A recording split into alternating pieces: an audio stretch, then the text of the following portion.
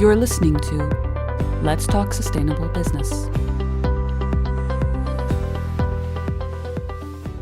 Hello, my name is Uwe Schulte, and it's a pleasure to welcome you back to our second series of our podcast, Let's Talk Sustainable Business. The series is brought to you by the Conference Board Global Sustainability Center.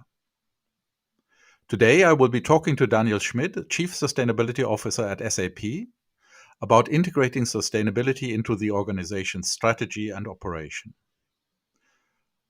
First, let me introduce our guest, Daniel Schmid, to you.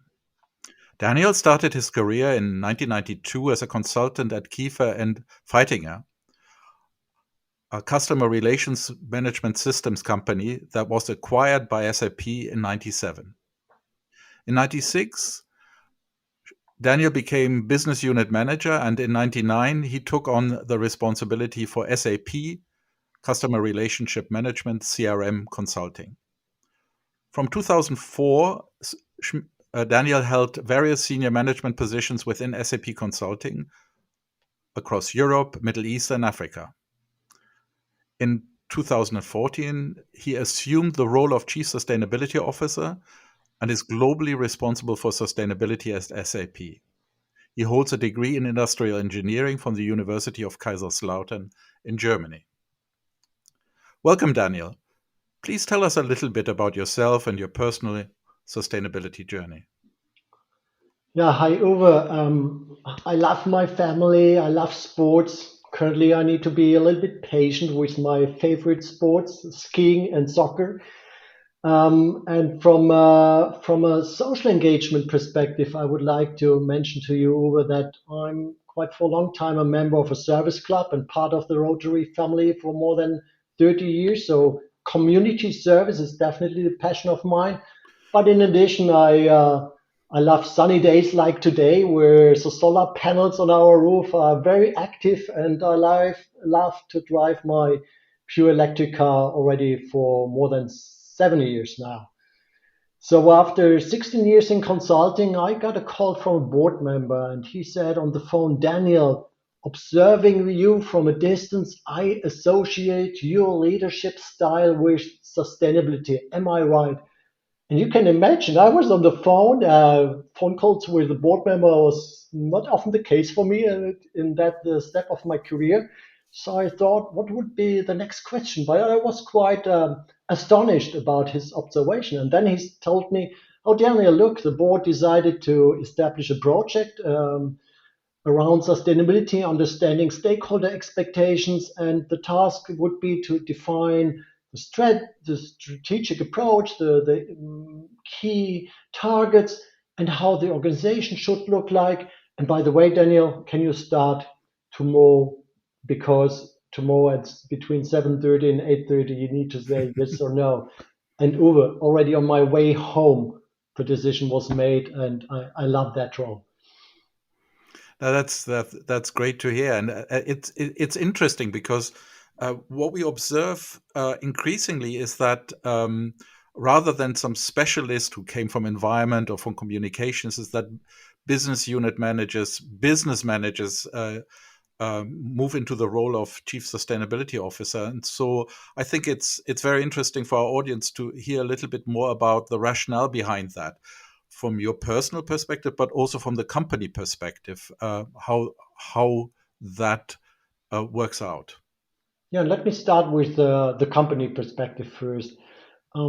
It is obvious now that sustainability has become a core business topic. Yeah, so it is important that you can define and share then the business case. It is a beautiful business case, but you need to explain it. You need to bring it in a context of your counterparts, of line of business heads, from an overarching perspective, but as well from a detailed perspective, fitting to their circumstances, their current target scheme. And then you need to show your colleagues in the relevant business functions that by including sustainability, by including this kind of holistic thinking, they will be more successful. They were more, more likely they will achieve their business targets.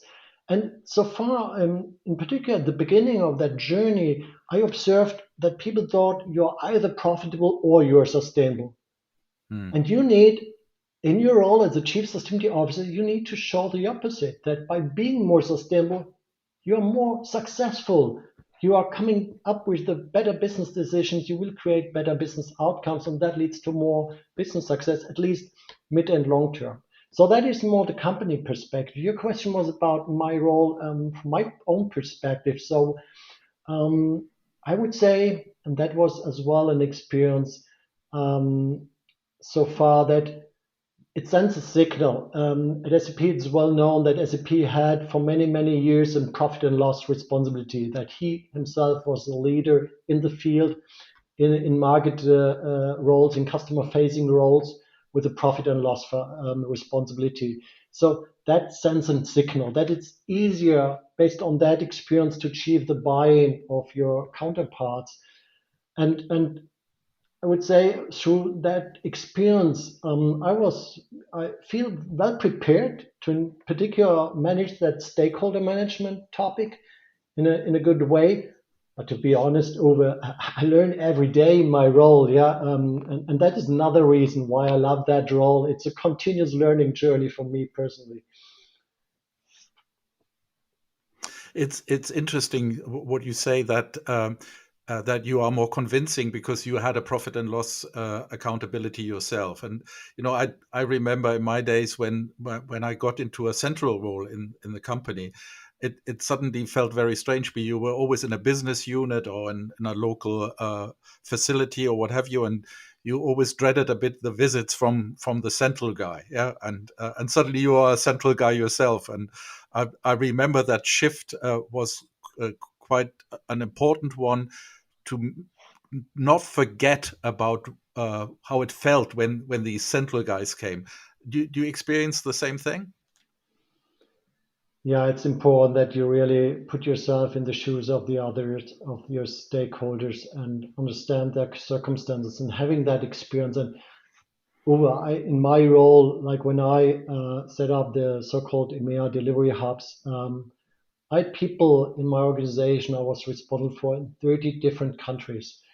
So you gain a lot of experience. You understand why it's so important to bring in different perspectives, different point of views, different cultures, different from all diversity aspects, all the differences. And that is why I had I would say, an accelerated learning journey in my past career, where I can benefit a lot now in my current role and understand that. One concrete example coming to my mind is, you think, oh, I communicate and communicate and communicate, but you need to always check, and I conduct a lot of sessions, engagement sessions with colleagues around the world. You need to always check that what people really experienced so far, what they heard. Do they really got the sustainability strategic approach or not?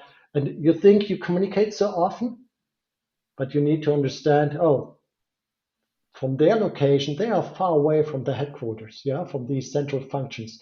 So you need to repeat and repeat that, yeah. But yeah, I started as a CM consultant, so I definitely learned to listen first, to reflect, and then connecting things, bringing in a strategic perspective.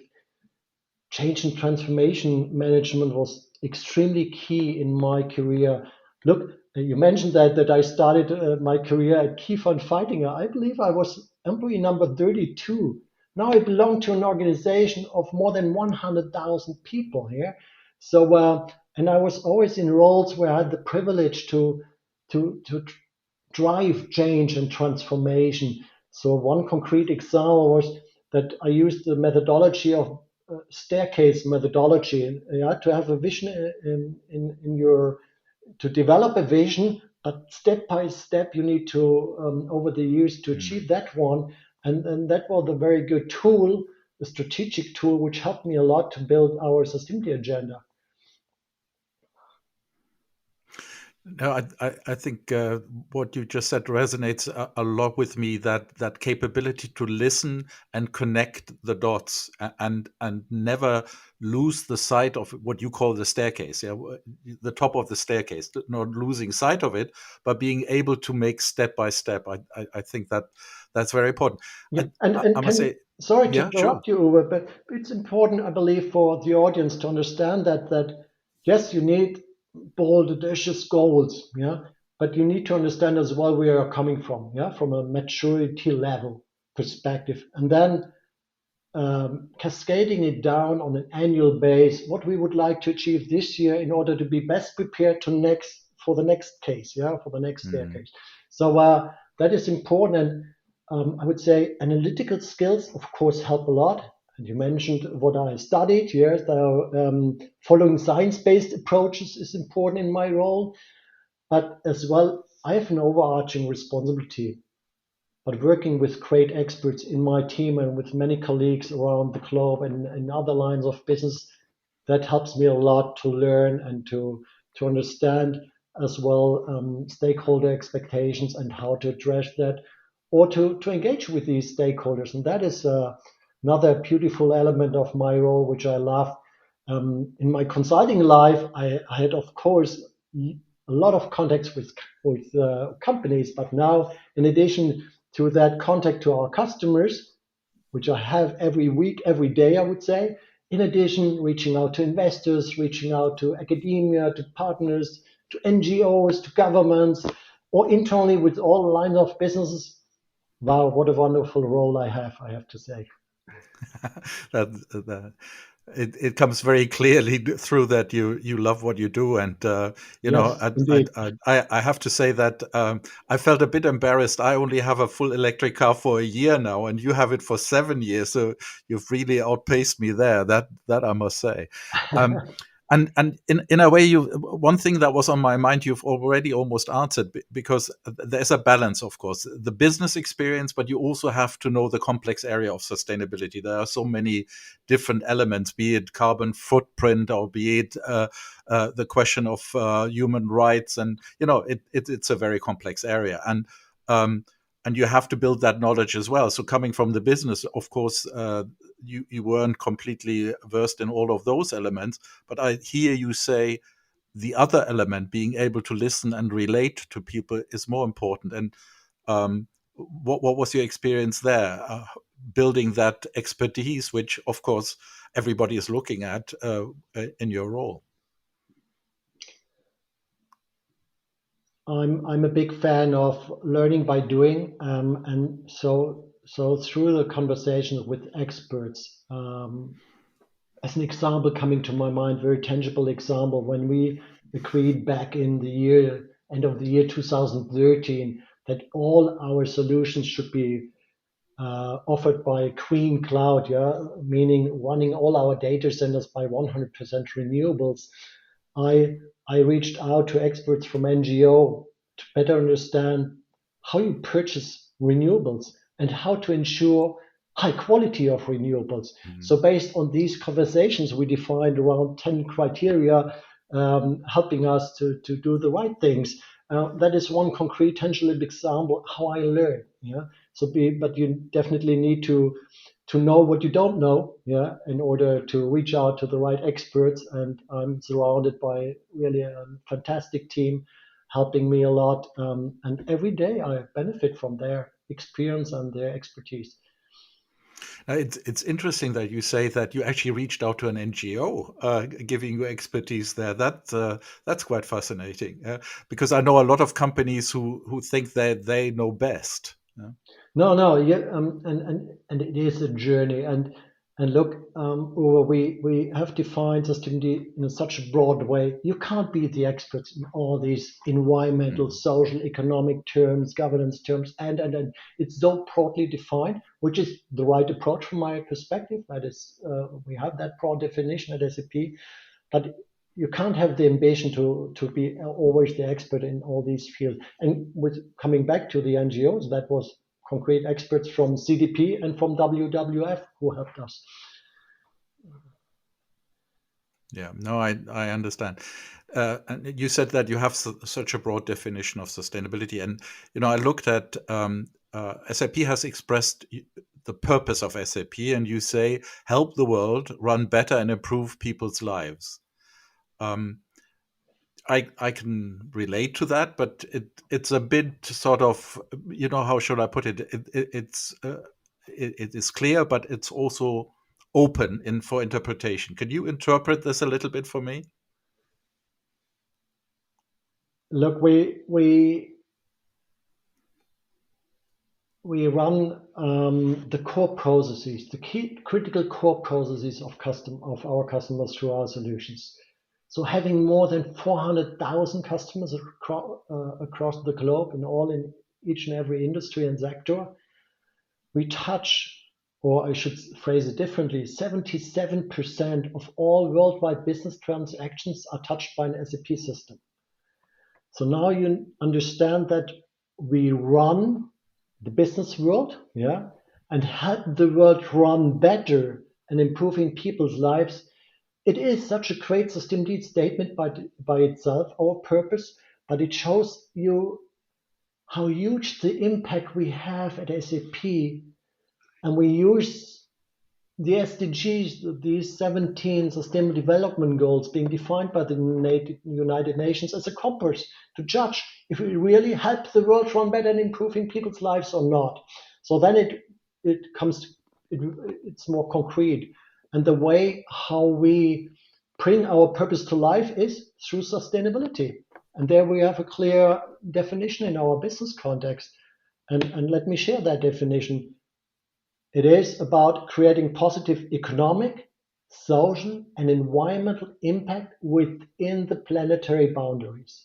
Or in a nutshell, a good life for all of us within planetary boundaries. So that is our definition. So you see the link from our purpose to our sustainability definition. And there we, as an IT company, we need to fulfill two roles.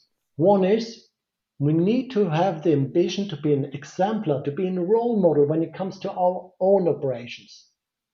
Only through that we gain the credibility and we learn to act as an enabler, but being an enabler through our solutions, helping our customers to execute on their more and more sustainable business strategies. That is, of course, the biggest lever we have in our hands. So that explains now, coming from the overall purpose, the definition, and the two roles we need to fulfill, that hopefully helps you to better understand our purpose. No, that is very clear, and I must say it is something that when you think about an IT company, of course you think about your servers and all of that, and you run it on clean energy. But you have gone way beyond that. We would call that probably, for example, the carbon world. We would call that Scope 3.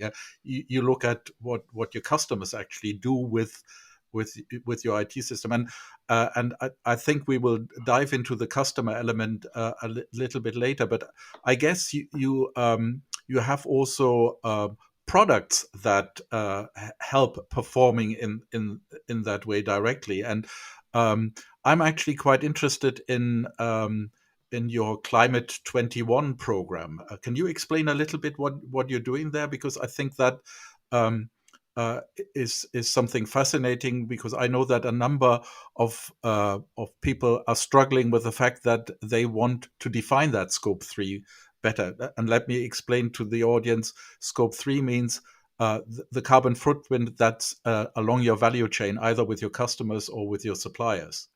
So that that is quite a challenge, I should say.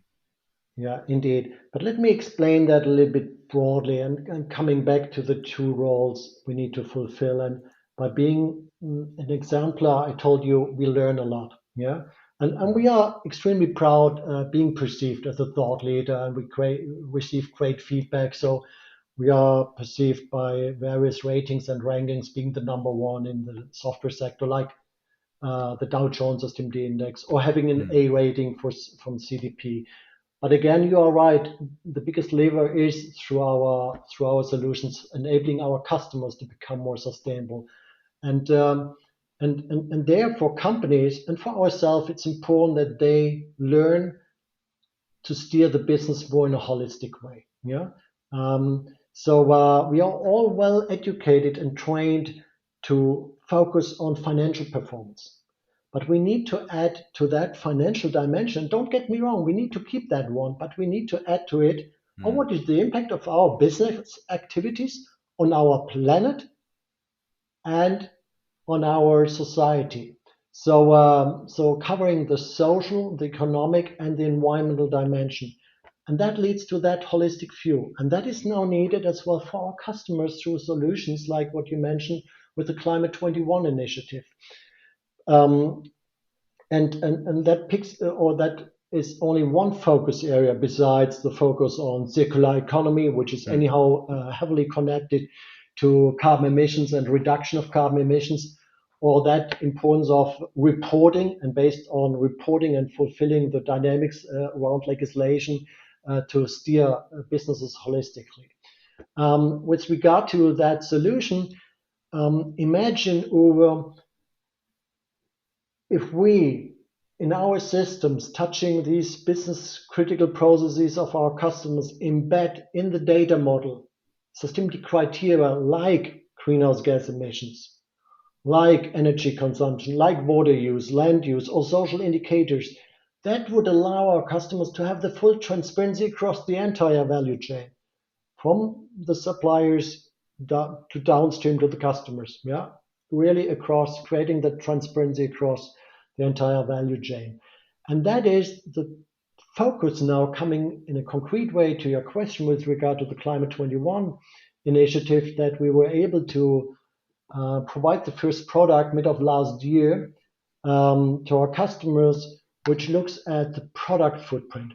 So companies need the carbon emissions transparency on a corporate level, but they need it as well on a plant or production level. And if they have the data down on a product level, that makes a huge, huge difference, because then you can simulate your value chain, your suppliers. Oh, should I produce the product in plant A or plant B? Oh, there's a different energy mix being provided in the net, in the grid. So we could reduce emissions that could have that financial impact.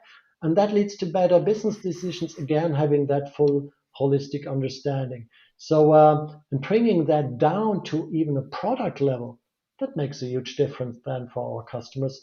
And let me add that I observed a lot of pledges and commitments and targets in the past year. Yeah. But sometimes I struggle a little bit to understand how these companies really manage that. Because you need to know your baseline, you need to know your ambition level, you need to have the data, not just half a year later when your fiscal year is over, having then carbon emission data in your hands. You need to have these on at least on a quarterly basis, yeah, and really across your entire value chain. Only having that as a basis, you can steer your business accordingly and bring down greenhouse gas emissions in order to fulfill your ambitious goals. Yeah, I understand, and I think it's very important. We have seen, from less than 100 companies committing to zero-based emissions by different timescales from 2025 to until 2050, depending on the company and the industry sector they're in. But we have now seen almost 1,500 companies committing to those targets, and I think enabling measurement and certification around that will play an increasingly important role. And that's why I was raising that question with you. I mean, of course, other people will provide services as well, but I think companies like yourselves that are in the middle and can actually foster collaboration across boundaries will play an important role. Now, having said that, it sounds to me very ambitious to be able to do this on a product level, because it requires a lot of data. Uwe, you are right, and let's look back for a moment. So our systems are used by our customers to be as efficient as possible already for decades. Think about ERP, enterprise resource planning. It's all about dealing with resources, financial resources, material resources, human resources in the best way. Yeah, being as efficient as possible. But when the product leaves the gate, then there's no transparency anymore. But that is needed for the urgent movement towards circularity. Yeah, and for that you need not only to have the data within your own coming out of your own production systems, your own logistics systems, or so. You need to have that transparency really across the entire value chain, and that means in a collaborative way with your business partners, with your suppliers, with your customers, and sharing these data. That is why we decided recently to join the World Business Council for Sustainable Development and McKinsey with a Pathfinder project, where it's about sharing carbon emission data across company boundaries. And of course, we are coming from a history where companies tend to, oh, these are my data. I keep it for myself. I don't share them. But what we urgently need for our planet is to share these data, yeah, and to do it in a systematic, standardized way, in a trusted way where people can rely on the data in order to really bring down the emissions in a way you just described, with having so many commitments from companies around the world. No, that's very encouraging, Daniel, and thanks for sharing that. That's just an example. One has to put one's mind around how an IT company can actually sort of make a major impact. And essentially, what I'm hearing you say is you will be a facilitator, you will a collaborator, and you will work with your customers. And that's a very interesting aspect, how to work with one's customer to achieve one's own purpose, and of course improve their impact, their customers' impact as well. And I think that merits another conversation that both of us should have. And I'm looking forward to have that conversation about how you actually go about engaging your customers and managing that relationship. So for today, I thank you for sharing your own journey and how that materialized in very concrete actions, and looking forward to the next conversation. Thank you so much, Uwe. It was really a pleasure to talk to you, and I look forward to our next conversation. Thank you. So to our audience, if you have enjoyed this episode, please remember to subscribe to our podcast series or explore the entire catalog of podcast programming from the Conference Board by visiting our website at tcb.org/podcasts. You can also write to us at sustainability@tcb.org. And for today, I would like to say thank you for listening, and please join us again in 2 weeks' time. Goodbye for today.